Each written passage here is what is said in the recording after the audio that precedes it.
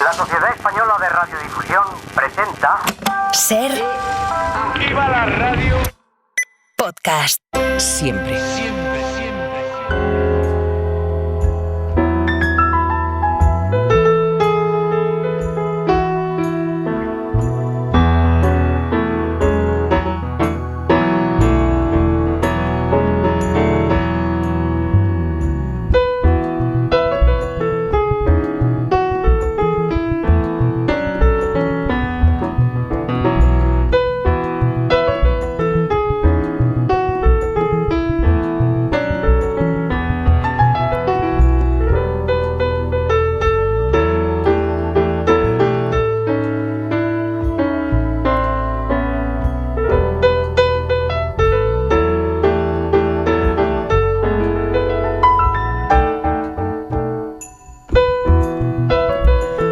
Desde París, como cada mañana de domingo, el corresponsal del País en la capital francesa, Marc Bassets. ¿Qué tal, Marc? Buenos días. Hola, Javier. Buenos días, bonjour. Todavía por unas semanas más, hasta que te saludemos desde Berlín, como dijimos el domingo pasado. Has estado, Marc, bueno, lo primero, ¿cómo votas tú desde París? ¿Has votado allí? ¿Cómo es? En París se vota en el consulado, pero hay que votar unos días antes de la jornada electoral española, que es el domingo. Yo recuerdo que sí, siempre era muy complicado el voto por correo cuando estás en el extranjero, ¿verdad? El voto sí, pero yo creo que en los últimos años se ha simplificado, se ha facilitado mucho más. Sí. Sé que has estado hace unos días, leí el reportaje que publicaste en El País, en la playa de Omaha, en Normandía. 80 años se cumplieron el día 6, desde que 130.000 soldados norteamericanos, británicos, junto con el esfuerzo del Ejército Rojo en el Frente Oriental, desembarcaran en esa playa. ¿Qué sensación te da pisar esa arena, Marc? Es una sensación especial. Yo creo que es un lugar magnético. Porque primero que está intacto, ¿no? No es un lugar como la costa de tantas costas europeas que en las últimas décadas después de la guerra, además, ¿no? Se construyó y se construyó mal. No, ahí está exactamente, prácticamente tal como estaba, ¿no? Son playas desiertas, inmensas, con mareas que suben y bajan, con charcos de agua, y pisas aquella arena que se hunden tus pies ahí, y es inevitable. Bueno, es imposible ponerse en la piel de lo que pasó ahí, pero es inevitable remitirse a aquella madrugada del 6 de junio del año 44, cuando aquellos chavales, porque eran chavales, que venían de la otra punta del Atlántico, de pueblecitos de la América profunda, ¿no? Y de ciudades americanas a salvar Europa, ¿no? Y llegaron ahí sin saber lo que encontrarían, y murieron por miles en aquel lugar. Y sí, es una sensación especial estar en aquel lugar. Quedan todavía algunos vivos de los que desembarcaron, cada vez menos, lógicamente. Creo que algunos de ellos, de hecho, fueron invitados a la ceremonia. Claro, rondarán los 90 y muchos 100 años, ¿no? Sí, tienen 100 años casi, y quedan pocos.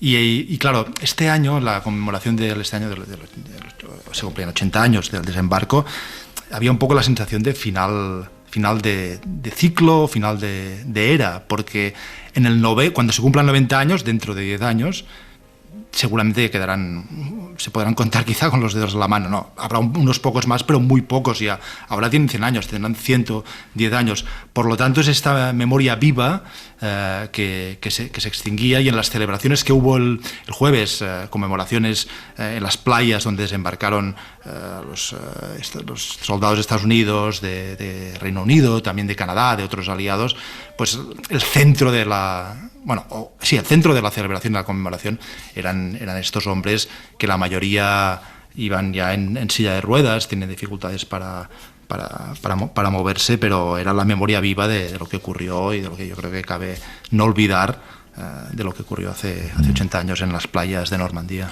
Sí, porque la memoria se extingue, y queríamos un poco hablar de esto, de cómo la memoria debería estar presente, especialmente en una jornada como esta, cuando hablamos o pensamos en la construcción de la Europa del futuro. Nos escucha también un compañero nuestro, redactor jefe de Cultura del País, Guillermo Altares. ¿Qué tal, Willy? ¿Cómo estás? Buenos días.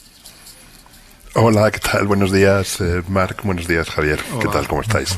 Tú escribiste un libro fantástico del que hablamos en su día, que se llama Los silencios de la libertad, cómo Europa perdió y ganó su democracia. Estoy seguro de que tú también, estoy seguro porque lo he leído, tú estuviste en Normandía, compartes esa sensación de que es un sitio especial, ¿no?, para la memoria de un europeo.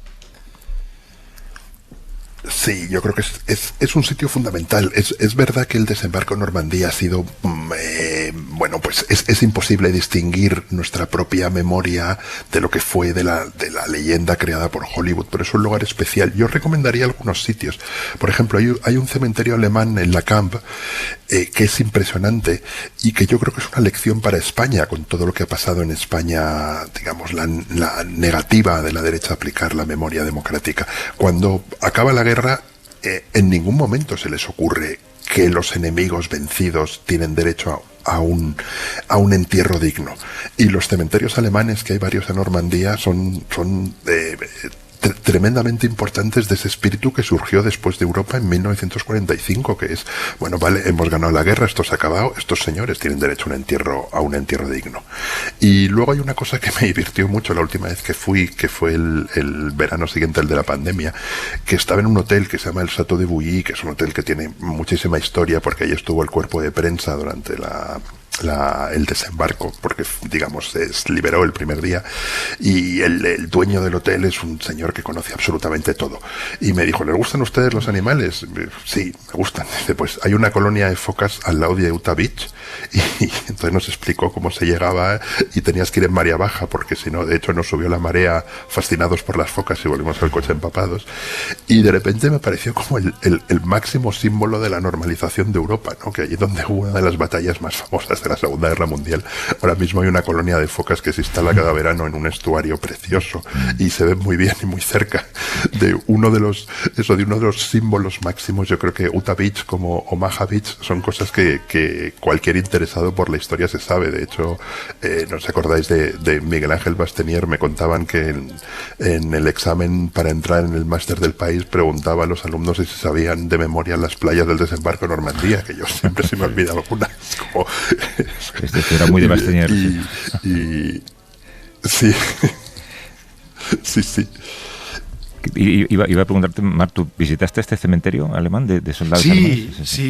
Visité este cementerio, ya lo había visitado otras veces, y además es un cementerio con unas cruces, no sabría describirlas. Mirad en Google, pero son cruces muy bien, un diseño muy... No bonito, no es la palabra, ¿no? Pero solemne también. Y a mí me gusta también que el día D, el jueves pasado, en el gran diario de la Francia del Oeste, que es donde está Normandía, el West France, ¿no?, publicó un artículo Olaf Scholz, el canciller alemán, diciendo que el día D también fue una liberación para Alemania, ¿no? Que esto también explica la evolución de la relación con la memoria, porque Alemania perdió la guerra, murieron muchísimos alemanes, más alemanes murieron en el desembarco, y no eran todos nazis, evidentemente. Había en el cementerio a mí me gusta mucho fijarme en las edades, ¿no?, de los que están enterrados en el cementerio alemán. Muchos, yo diría que la mayoría, 18, 19 años. Y alguien me explicó ahí en el cementerio que en realidad había chicos de 15 años. No pusieron la edad, pero Hitler en los últimos meses de la guerra llevó a la guerra y al frente y a morir esta carnicería a adolescentes y a niños, prácticamente. Willy. Sí, que eso es muy impresionante. También es impresionante en el cementerio de Salvar al Soldado Ryan, de la escena inicial de Salvar al Soldado Ryan, que yo siempre me paro a ver las edades y es bastante terrorífico, porque la mayoría de los soldados que mueren en las guerras y que combaten en las guerras no tienen 20 años. Y hay una frase de Hermanos de Sangre, que es esta serie maravillosa sobre la Segunda Guerra Mundial, que yo creo que veo cada año, en la que dice: no tiene edad para pedir una cerveza, pero tiene edad para morir en una guerra. Y yo creo que eso, o sea, todo lo que rodea Normandía es muy impresionante, porque nos recuerda de dónde venimos, ¿no? Un poco, o sea, no quiero parecer tremendista, pero es como plan A, unirnos y luchar por construir una Europa múltiple y diferente, y donde diferentes personas conviven con un objetivo común en paz, y el plan B, date una vuelta por Normandía, donde se amontonan los conflictos, porque no sé si te dio tiempo, Marca, a ir a Bayeux y a ver el tapiz de Bayeux, que relata la invasión normanda en Normandía hace 1000 años. Entonces, que es como el primer cómic de la historia, que es un tapiz medieval maravilloso, y te recuerda que hay guerras desde hace 1000 años, si no mucho antes. Sí, y luego las ciudades que quedaron bombardeadas, que eso también muestra la complejidad de la memoria, ¿no? Las ciudades cercanas a la costa, como Saint-Lô o Caen, quedaron totalmente arrasadas, bombardeadas, murieron miles de civiles. Pero la paradoja y lo complicado de todo esto es que quien los bombardeó, quien mató a todos estos civiles, quien arrasó estas ciudades, fueron los aliados, fueron los liberadores, que necesitaban o creían necesario romper y destruir las vías de comunicación del ocupante alemán para evitar que llegase a las playas. O sea, el coste humano, y esto fue enorme, y esto ha supuesto para los franceses de aquella zona una memoria que es un conflicto interno, ¿no? Los liberadores me destruyeron a la vez y me liberaron. Aquel día D murieron 4.500 soldados aliados, creo en torno a 4.500, no está claro cuántos alemanes, pero pudieron ser entre 7.000 o 9.000. Hace unos meses, Guillermo, entrevistamos a la historiadora Mary Bird, y hablaba de la necesidad que tenemos todos de querer posicionarnos como buenas personas cuando imaginamos o intentamos imaginar cómo nos habríamos comportado en un conflicto de la historia. Claro, la mayoría de nosotros nos dejamos llevar por el contexto actual, y a la hora de votar en un día como hoy, igual habría que hacer un poco de memoria. Sí, es muy importante, porque está lo que decía Marc, que hay toda una parte borrada en la memoria de Normandía, que eso lo cuenta muy bien Antoni Vivor en su libro sobre el día D. Murieron muchísimos civiles, y luego, claro, había una parte muy importante de los franceses que apoyaban a los alemanes, y después del desembarco en Normandía se produjeron unas venganzas salvajes, y cuando imaginamos aquella época siempre pensamos que seríamos los resistentes que ayudaron a los aliados detrás de las líneas alemanas, ¿no? Pero lo más posible es que también podíamos haber sido colaboradores, o simplemente no hacer nada. Esperar a que la historia pasase delante nuestro sin posicionarnos y sin tener el valor de hacer algo. Y yo creo que eso es, de nuevo, la Segunda Guerra Mundial, y concretamente el desembarco en Normandía, nos ofrecen muchas claves de esos, ¿no? Cuando suenan los famosos versos de Verlaine con los que se anuncia a la resistencia que va a empezar el desembarco, que es los largos violines, los largos lamentos de los violines del otoño.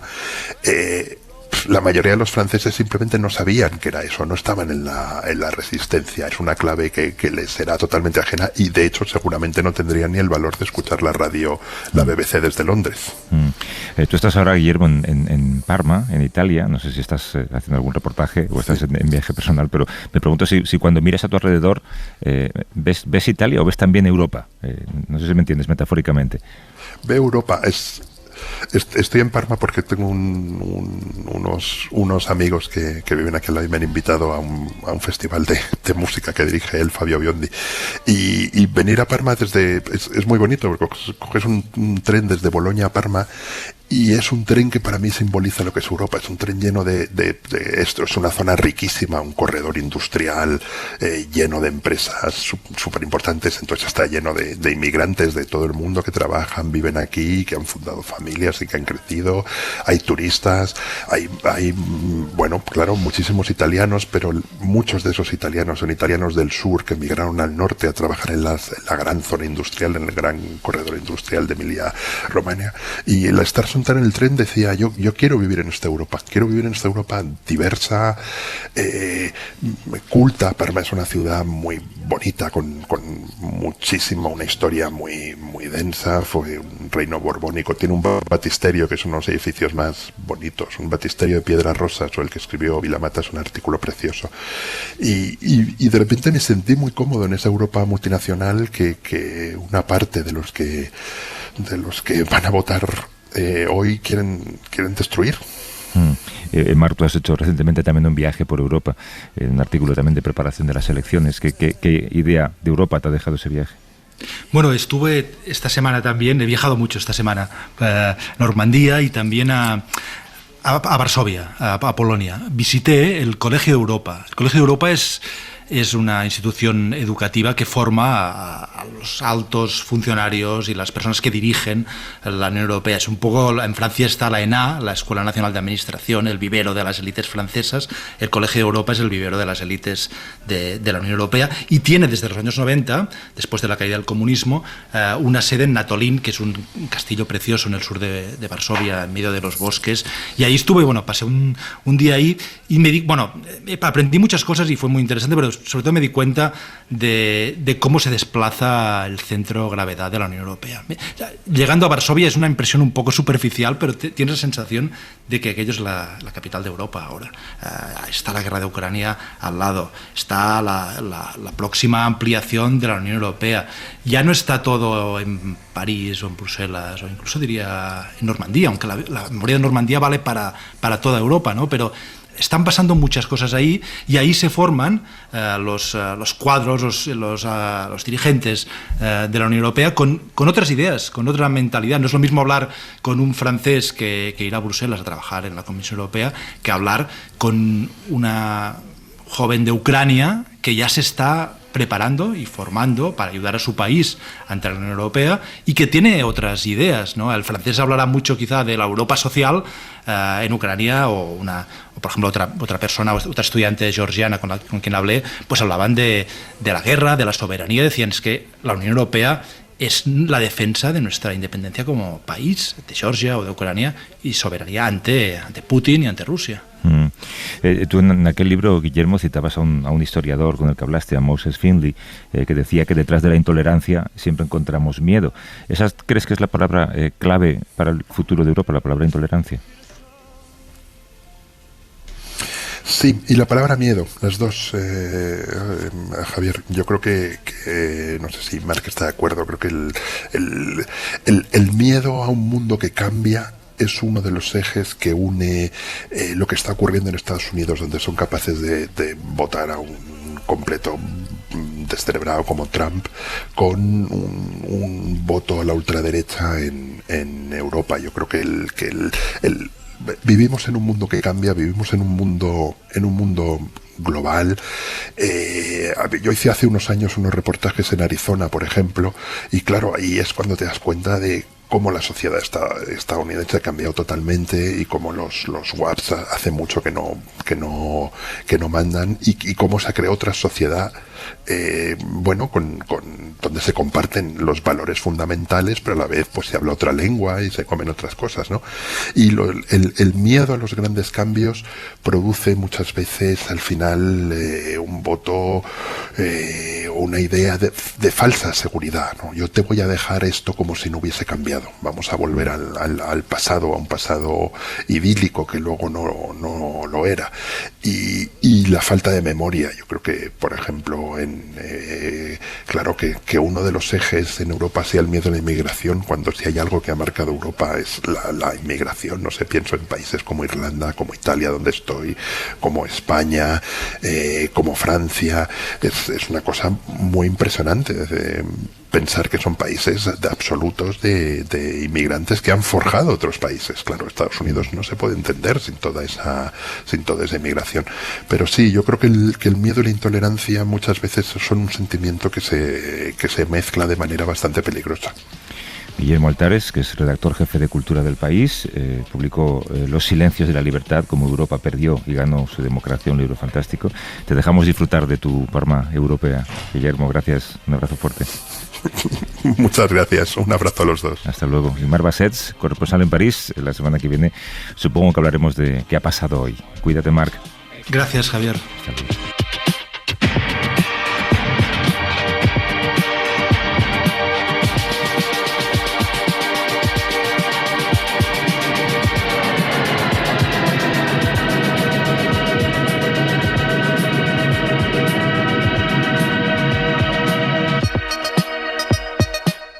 Para no perderte ningún episodio, síguenos en la aplicación o la web de la SER, Podium Podcast o tu plataforma de audio favorita.